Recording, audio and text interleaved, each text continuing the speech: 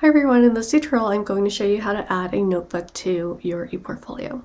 So first make sure that you are signed into your ePortfolio so it looks just like this.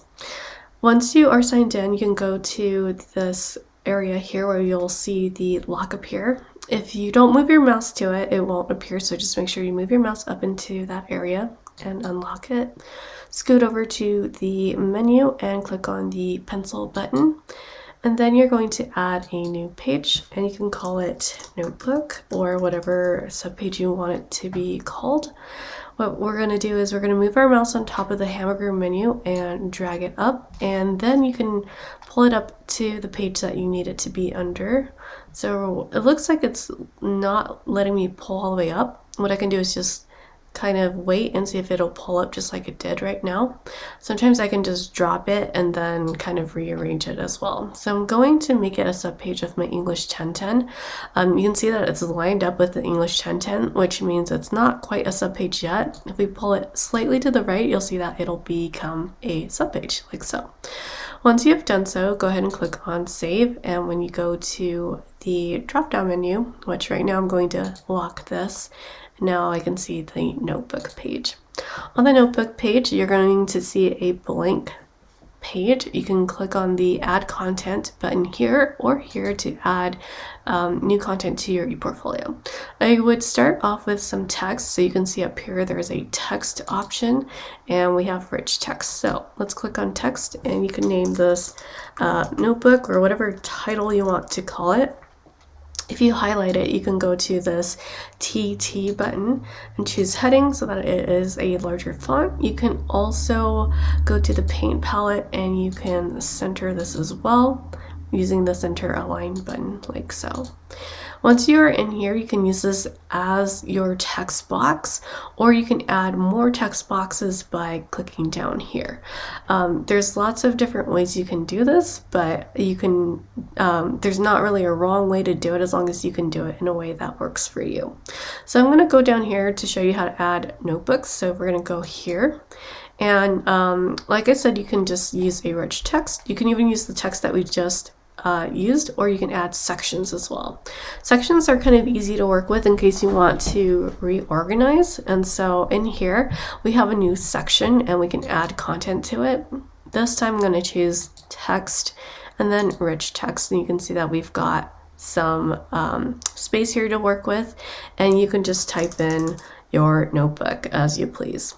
You can also give it titles. So for example, if I want this to be notebook 1, I can give it a title, and that can be my title. I can also center this or align it however I want. And so you can play around with that to make it look like however you need it to be. Some other things that you can do with this is add different types of media to your notebook. So for example, sometimes you might want to add a YouTube video, for example. So I'm going to head over to YouTube for a sec here and just pull a random video from here. So let's say I want this one, for example. And if I'm trying to share this, I can go to the share button that you see here, copy this link, and you can bring it back to here. And you can actually just paste it up in the search bar that I have, and then it'll automatically recognize that this wants to be embedded. You click on embed, and then you can throw in some different types of media like so. You can also add in different pictures, so you can go up in here, go to image, and then you'll have the options for images. So you can upload a file, you can upload from Getty Images, and so on. I'm just going to throw a random one that I already have in my portfolio. So let's pretend this is related to my notebook, for example, and I can throw that on there as well. You can also use these little circles that you see in the corner to resize some of the different elements on your page. That way you can reorganize and move things around a bit. Looks like this one doesn't really want to change the size, so sometimes that'll happen. Sometimes you can change that when you are in this area here. You can have it start at a certain time frame and so on.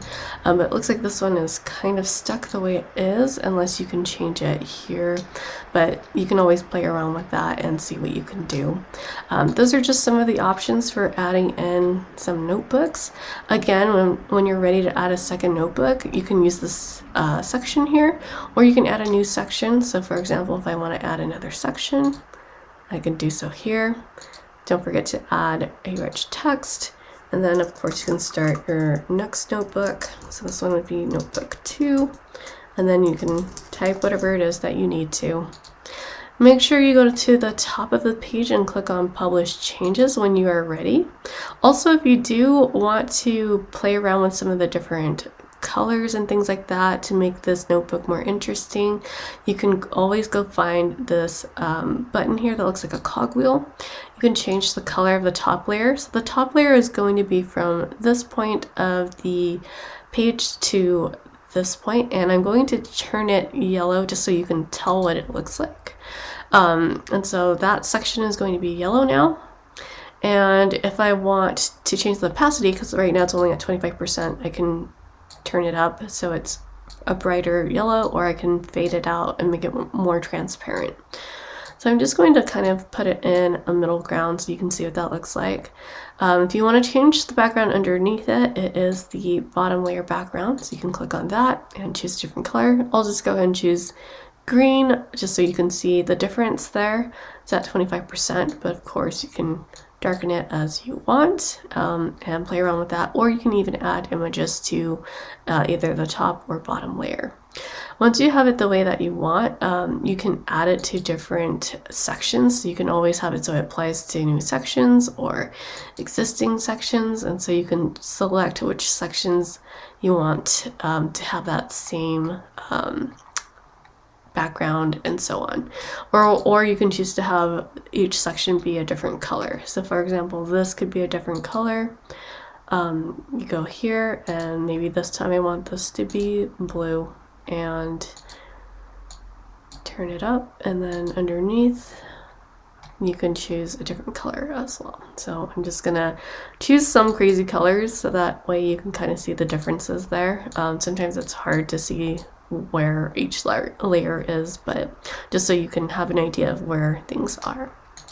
All right, so that's basically it for creating your notebook. And of course, if you do want to change it up here, you can change the color sections here.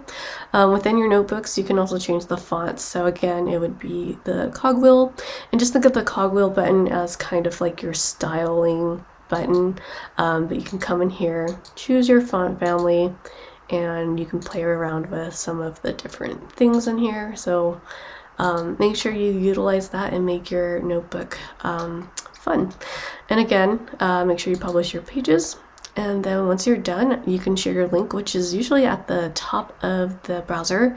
It is in the web address bar, and that is the link that you would use to send to your professor so that you can get credit for your assignment.